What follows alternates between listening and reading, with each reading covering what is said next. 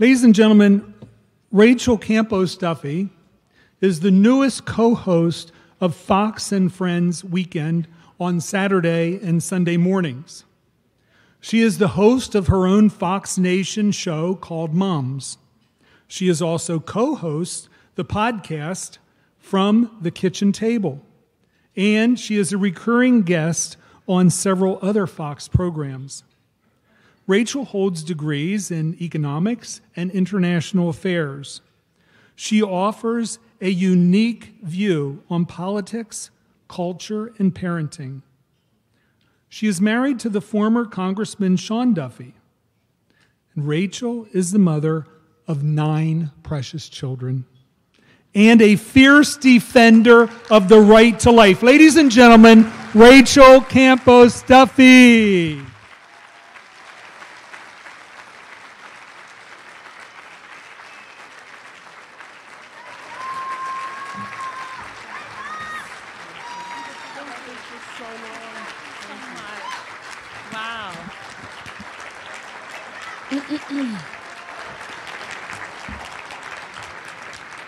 Michael, thank you for that introduction, and Sue and everyone from the Pennsylvania Pro-Life Federation. Thank you for having me here tonight. James Woods, it was an honor to sit at your table. I know Dean Cain. He is a very strong pro-lifer in Hollywood, which is not easy. He was Superman. He is a friend and a colleague of mine, and I know he would very much approve of you being called Superman tonight. So thank you.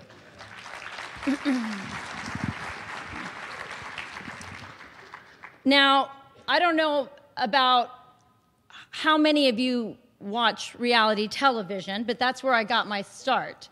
I met my husband, Sean, on a reality television show called MTV's Real World. I was on the 3rd season, San Francisco. My husband, Sean, was on the 5th season in Boston. Yeah, that's him. Well, let me just say this. After we each did our own show, then we went and did a spin-off show called Road Rules, where we traveled all over the country and eventually ended up in New Zealand. We married, and about 10 years after we were married, my husband decided to run for Congress. And so Sean is the first national politician to come out of reality TV. Donald Trump is the second.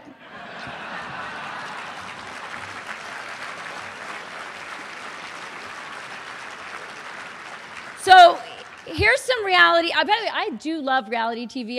It's like my little guilty pleasure. Here's some reality TV trivia for you. Sean and I, not Kim and Kanye, are the very first and the longest married reality TV couple. We are also the most fertile. And as Michael mentioned, we have 9 kids, ranging from almost 2 years old, our youngest is almost 2, all the way to almost 22. Our youngest, Valentina, is the current family favorite.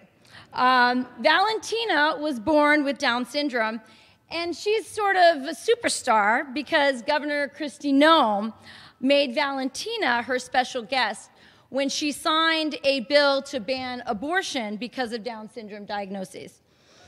So that's little Valentina.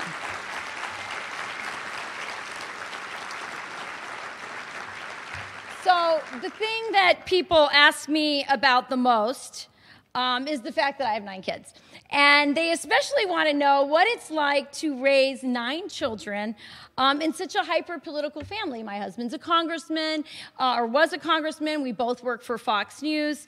And so people go, what's that like? And so I'm going to tell you a story that I think will give you an idea of what it's like to be raised in our family. So I have a son. He's 19 years old right now. But when he was around 11 or 12, my husband was in Congress, and we moved into a new house. And in this house, it was a rental house, we had a basement that we called the toy room because that's where all the kids kept their toys. And one day I went down into the toy room, and it looked like a hurricane had gone through the toy room. It was a disaster. And so I called all the children down, and I said, hey, you guys need to pick this up. And then I left. And I came back about 20 minutes later, and the basement toy room looked pretty much like the way I left it. And so I was pretty ticked off. And so I called all the kids back, and I said, what the heck happened here? I thought you guys were going to pick this up. And Jack said, well, Mom, me and Evita, by the way, is my almost 22-year-old over there. He said, we did our part. Everything else you see here belongs, is from the other children. We did our part. And so I said what every mother in this room would say. I said, I don't care who made that mess. No one's leaving the basement until this is all picked up. And so Jack walked across the room right in front of me to pick up a toy, and as he picked up the toy, he mumbled something. And so I said, what did you say? And he said, nothing. And I said, no, I distinctly heard you say something. What did you say, Jack? And he said, nothing. And I said, Jack, what did you say? And he said, fine. I called you a socialist. And that is what it's like. I'll have you know that the very first time I told that story, Jack happened to be in the room. It was at a political event. And so I said, hey, Jack, I'm going to get up and talk, and I'm going to tell that story about when you called me a socialist. And he said, okay, it'll cost you $5. So we're raising capitalists, too. Again, it is just such an honor to be here today with fellow pro-life warriors. And it also feels very good to be in a room surrounded by real feminists, women patriots.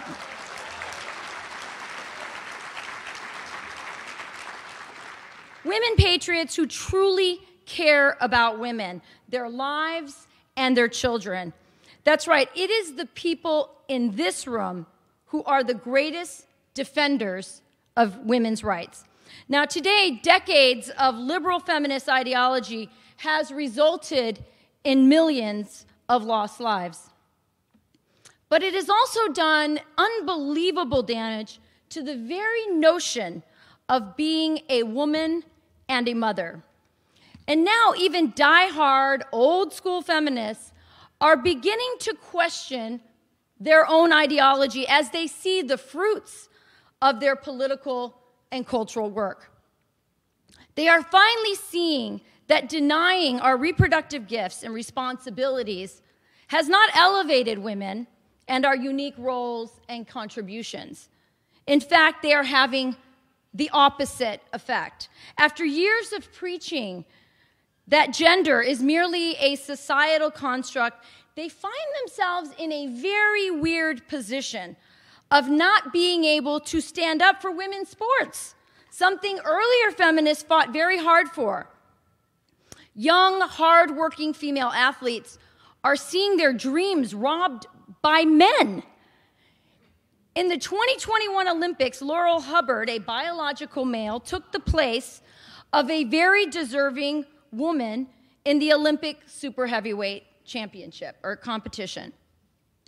Spaces that were once reserved for women, and for good reason, domestic violence shelters, homeless shelters, are being invaded by men.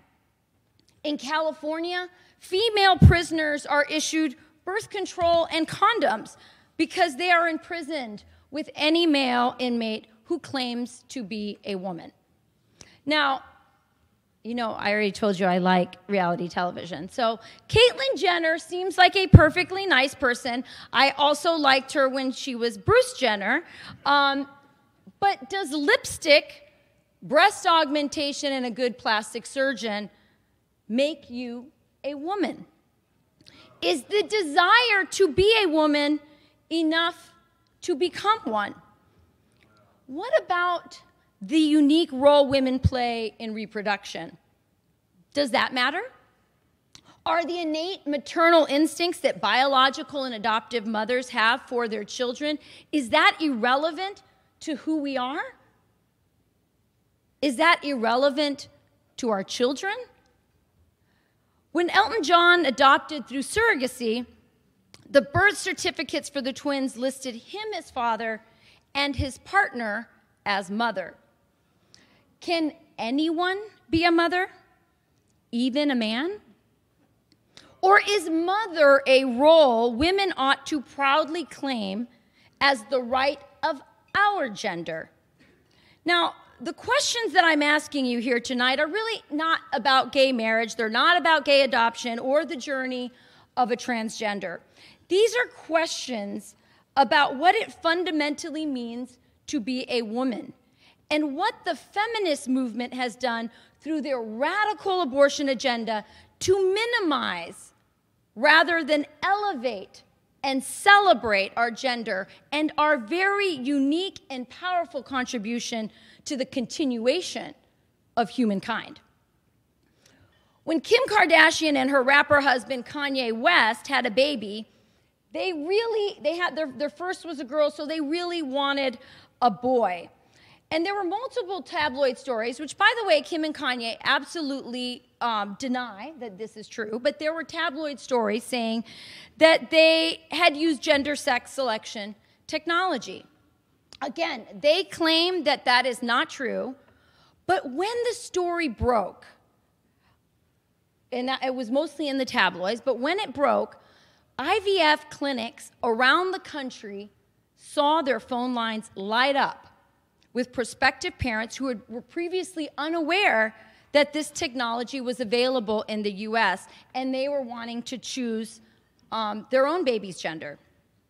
Now, we pro-lifers in this room have known for a long time that this technology, as well as gender selection abortion, has been exterminating girls in India and China for decades. When gender selection is available, baby girls are usually the losers. And now that it's come to America, nothing but radio silence from the so-called pro-women feminist establishment. The self-proclaimed defenders and champions of women, AOC, Michelle Obama, Kamala Harris, have yet to weigh in on the issue of gender selection in IVF or abortion.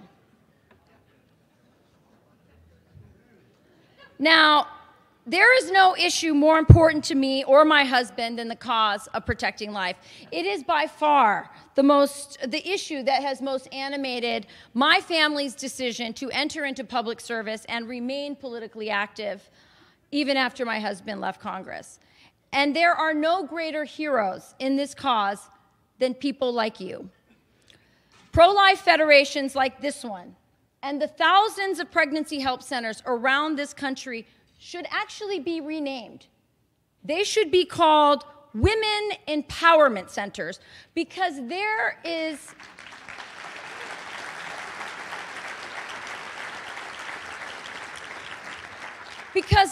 nothing more empowering for a woman than to make a decision to overcome fear and judgment and embrace life. And you, all of you, are the ones empowering women with ultrasounds and medical information about abortion, which is a life-changing procedure. Meanwhile, Planned Parenthood fights against showing women their own ultrasounds. Infantilizing women is not empowering women. Information is power. You are the truth tellers, the only ones who acknowledge the pain of post-traumatic abortion syndrome. You are the only ones comforting post-abortive women. The so-called pro-woman abortion lobby and even our medical community tell hurting women that their physical and mental anguish is not real. You are also the protectors of poor minority women and their children. When 78% of all abortion victims in New York City are Black and Hispanic babies, and when in New York City there are more abortions of Black babies than there are live births of Black babies, who can deny that minorities are not the primary target of an abortion industry and lobby who thinks that brown and black lives don't matter. You are the ones fighting terrible injustices, like the abortion genocide against the physically and mentally disabled. When countries like Iceland brag about eliminating Down syndrome, they are lying. They did not eliminate a chromosomal condition. They exterminated an entire class of people, Nazi style. Recently, a nurse testified in Congress to the existence of comfort rooms where born-alive infant survivors of abortion are taken to die, or as Governor Northam, a doctor, by the way, explained in that infamous radio interview, they go to wait for the mother and the doctor to decide their fate. And they call that a comfort room. What a gruesome and chilling euphemism. Every single day, pro-lifers do more than those faux feminist pro-choicers to protect women and girls and help them in their time of need. And that's why it feels so good to be in a room surrounded by real feminists.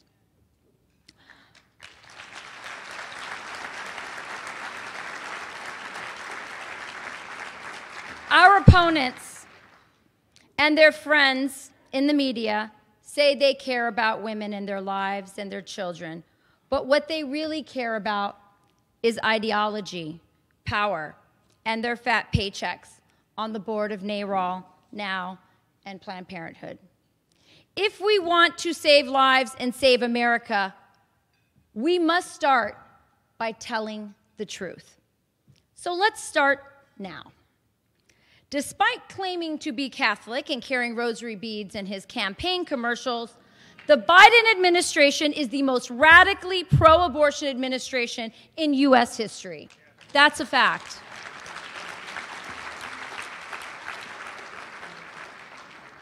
President Trump was the most pro-life president in U.S. history.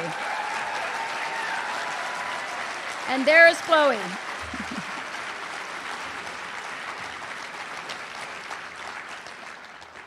No president has done more to protect life and religious liberty than Donald Trump. He is the only president. He is the only president to unabashedly announce that he would only appoint pro-life judges. Not even Ronald Reagan would dare to say that out loud. We have not even begun to feel the impact of the countless pro-life constitutional justices that Donald Trump appointed.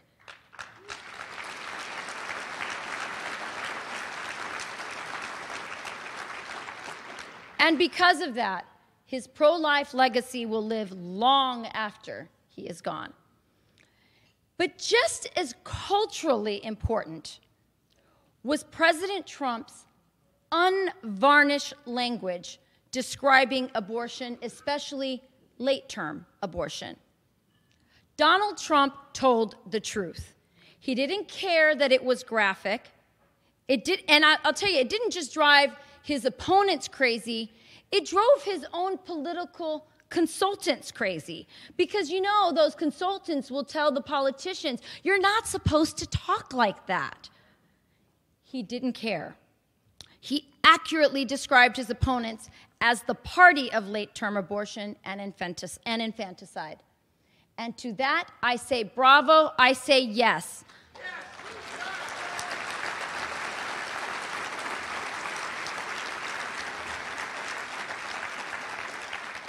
Open up the backroom curtains so everyone can see what really happens in those butcher shops that they want to force us to call clinics. We won't.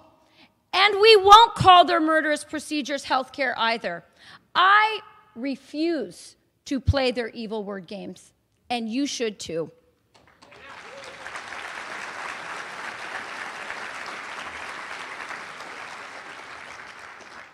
The pundits on TV love to say that Donald Trump was dividing America. On Fox News this week, I reported on a new poll that came out just this week that says 54% of Americans believe America is less unified under Joe Biden. But the truth is that Donald Trump and Joe Biden are not dividing America. America was divided long before either of those presidencies. The 1973 Roe versus Wade decision is what divided America. Abortion has divided America for the same moral reasons slavery divided America. Powerful elites want to decide who is sufficiently human to have rights. Why? Because these elites believe that they can profit from it. They profited from slavery, they profit from abortion, they profit from the sale of baby body parts. Once you decide someone is not human, you can justify doing anything to them, including harvesting a baby's brain while her heart is still beating. This is something we are learning, or we learned is happening right here in America, thanks to the brave undercover investigation by David Daleiden at the Center for Medical Progress.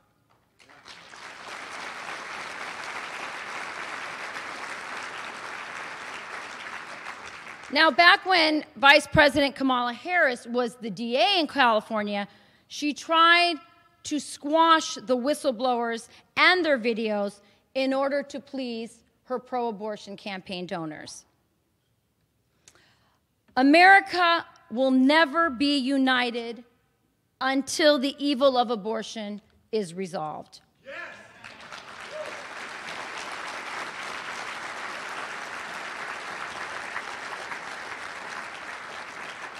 You are here tonight because you know this, and you have dedicated yourselves to providing women with care and safe passage from the darkness of abortion to the light that comes from giving life.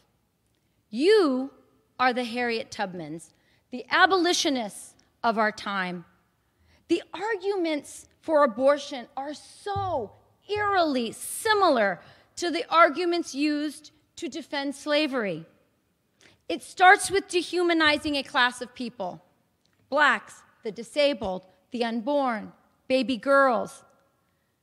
Back in the 1700s and the 1800s, there were Americans who were personally against slavery, who would never own slaves themselves, but who defended the rights of others to own slaves.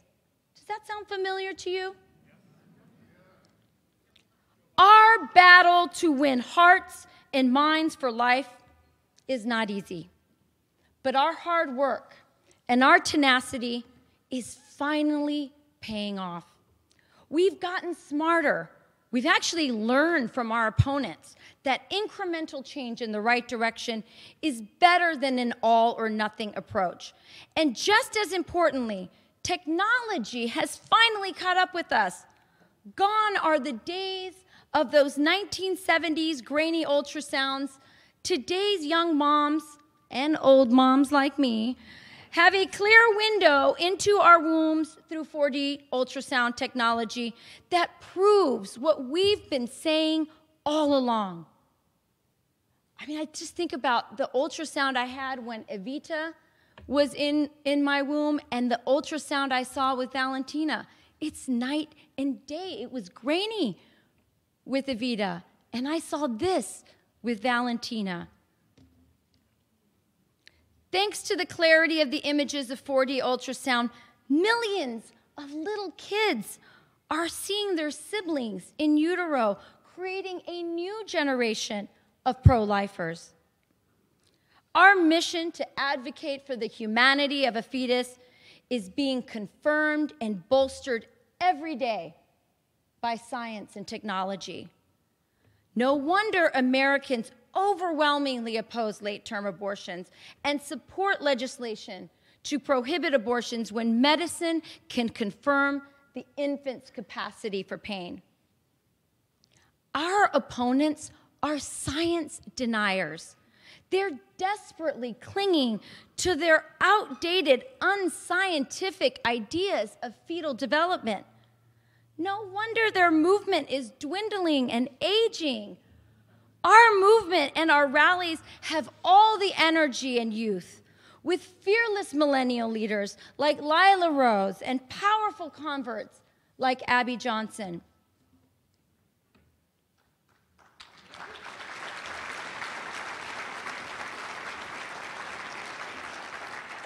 You know, until my husband, Sean, was elected in 2010, neither one of us had actually ever entered or been inside of the United States Capitol.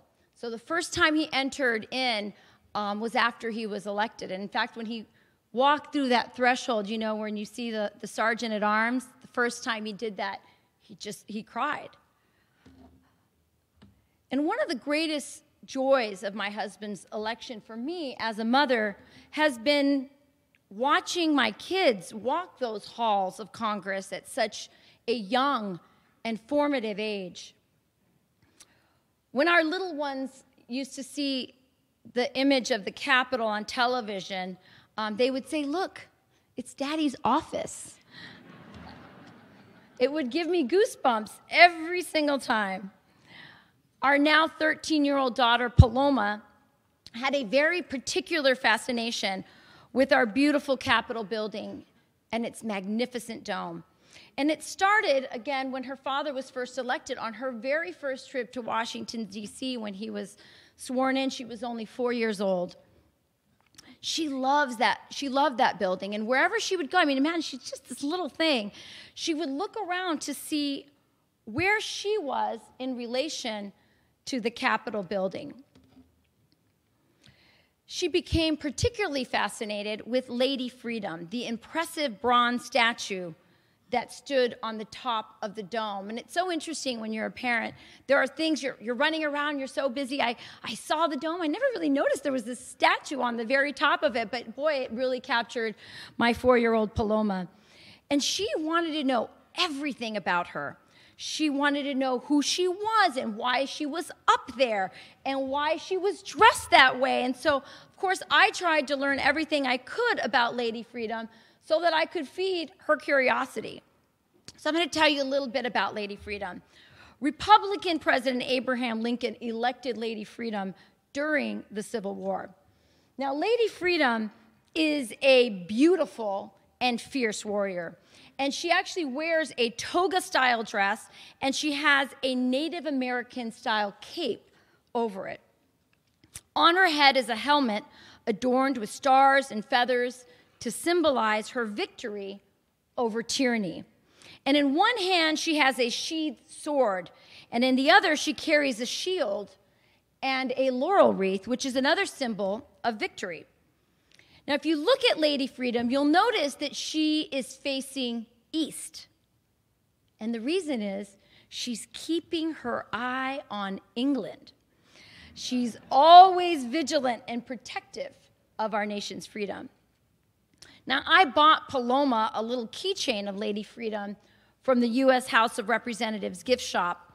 And upon returning home, she promptly hung it from the very top of her pink plastic Cinderella castle.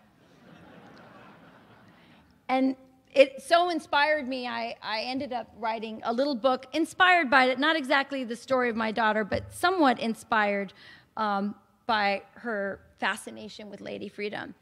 But what was so interesting to me was even though Paloma was only 4 years old, she didn't just love Lady Freedom, she was 4 and she wanted to be Lady Freedom when she grows up. And her desire to be on the top, to be that statue on the top of the Capitol, inspired some pretty adorable questions that you often get from little 4-year-olds. The questions were like this: will the shield be too heavy for me, Mommy? She wanted to know if her siblings could come up and visit her. She wanted to know if she got tired, if she could come down. One Halloween, the following Halloween, so when she was 5, I had the unenviable task of trying to put together a Lady Freedom costume for Halloween. They don't sell it at Walmart, so that was a task. But my Paloma is not the only one who wants to grow up to be Lady Freedom. Every woman in this room is a Lady Freedom. Every person in this room is willing to fight and scrap and put it all on the line to protect the rights of all Americans, especially the voiceless, especially the forgotten, especially the most vulnerable among us. And for some of us in this room, that battle will be on a school board, protecting our kids from Planned Parenthood and the abortion lobby who has put their sights on our children and on our schools.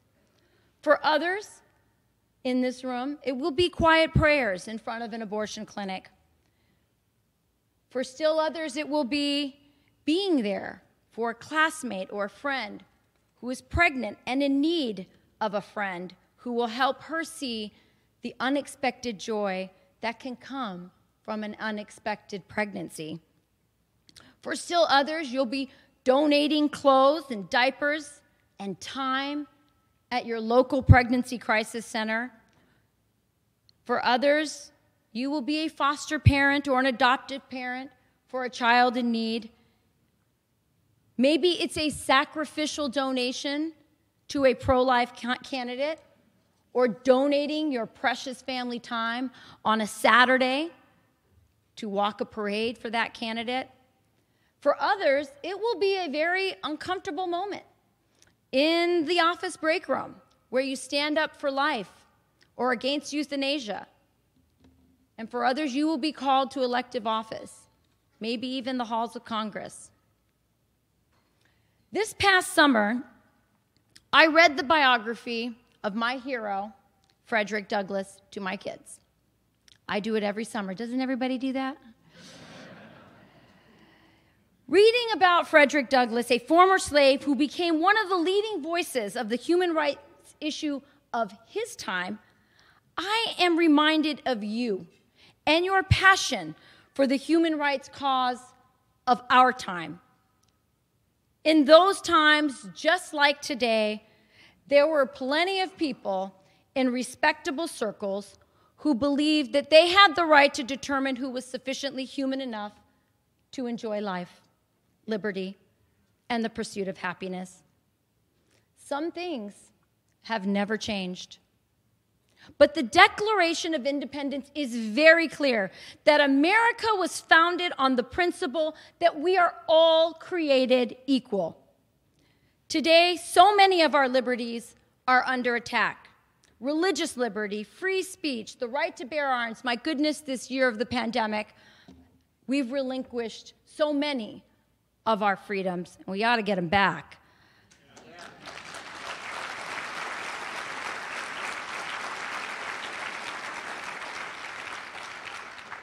But we need to start with the first and the most important right, the right to life. And so, the struggle for freedom continues. It has cost many lives, and it has demanded of its defenders many sacrifices and many hardships. We pro-lifers are the defenders of freedom. We are on the front lines defending women and millions of helpless, innocent babies who long for a chance to live and be free.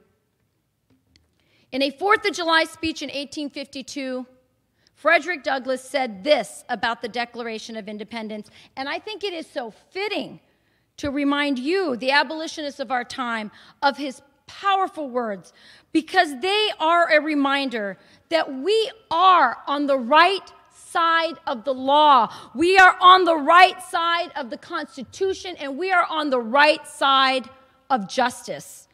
Here's what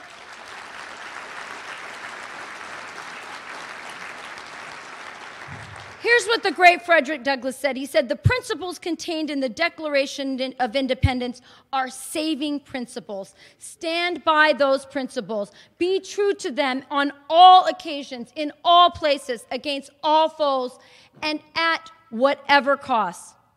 So tonight, let's recommit to our noble cause and to being happy warriors as we carry out this noble cause, to putting on our illustrious helmets, to picking up our swords and our shields and carrying our wreaths of laurel as we fight to preserve liberty and life for ourselves and our daughters and all of our children. Thank you, and may God bless our movement, and may God continue to bless America. Thank you. Thank you very much. Thank you.